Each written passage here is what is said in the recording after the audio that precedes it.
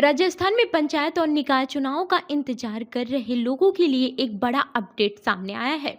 सियासी आरोप प्रत्यारोप के बीच अब तस्वीर साफ हो गई है कि चुनाव अभी और टलने वाले हैं। ओबीसी आयोग के फैसले ने पूरी प्रक्रिया को रोक दिया है, जिससे राजनीतिक हलकों में हलचल तेज हो गई है। बता दें कि राजस्थान में पंचायती राज और शहरी निकायों चुनाव को लेकर लंबे समय से जारी असमंजस अब लगभग खत्म हो गया है। राज्य सरकार द्वारा ओबीसी आयोग का कार्यकाल 30 सितंबर तक बढ़ा दिया गया है, जिसके बाद से ये तय माना जा रहा है कि सितंबर तक चुनाव कराना संभव नहीं होगा। ऐसे में अब चुनाव अक्टूबर या फिर उससे आगे खिसक सकते हैं। दरअसल चुनाव प्रक्रिया में सबसे बड़ी अड़चन ओबीसी आरक्षण को लेकर सामने आई है। बिना आयोग की अंतिम रिपोर्ट के सीटों का आरक्षण तय नहीं किया जा सकता, जिससे पूरी चुनावी प्रक्रिया अटक गई है।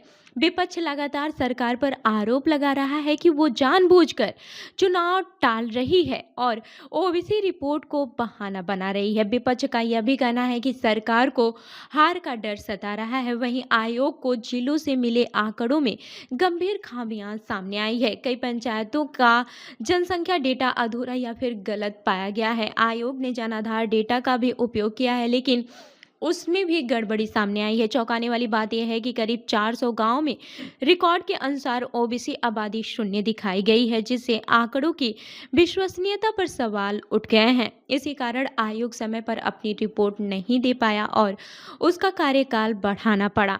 पहले उम्मीद थी कि 31 मार्च तक रिपोर्ट तैयार हो जाएगी, लेकिन अधूरे डेटा के कारण सर्वे को दोबारा कराना पड़ा है। अभी प्रक्रिया सितंबर तक पूरी होने की संभावना जताई जा रही है। सरकार से जुड़े सूत्रों का कहना है कि सुप्रीम कोर्ट के ट्रिपल टेस्ट नियम के तहत ही आरक्षण लागू किया जाएगा, जिसमें सटीक सर्वे और ठोस आंकड़ों की जरूरत होती है। इसी को ध्यान में रखते हुए आयोग को अतिरिक्त समय दिया गया है। गौरतलब है कि ओबीसी आयोग का गठन मई 2025 में किया गया था। रिपोर्ट में हो रही देरी के चलते अब इसकी अवधि बढ़ा दी गई है। फिलहाल चुनाव को लेकर स्थिति अनिश्चित बनी हुई है और सभी की नजरें आयोग की रिपोर्ट और सरकार के अगले कदम पर टिकी हुई हैं। तो इस खबर पर आपकी क्या राय है, हमें कमेंट करके जरूर बताएं और ऐसी ही अन्य खबरों के लिए हमारे चैनल को लाइक करें, शेयर करें और सब्सक्राइब करना न भूलें। मिलते हैं अगली खबर में, तब तक के लिए देखते रहिए आरएल न्यूज़। धन्यवाद।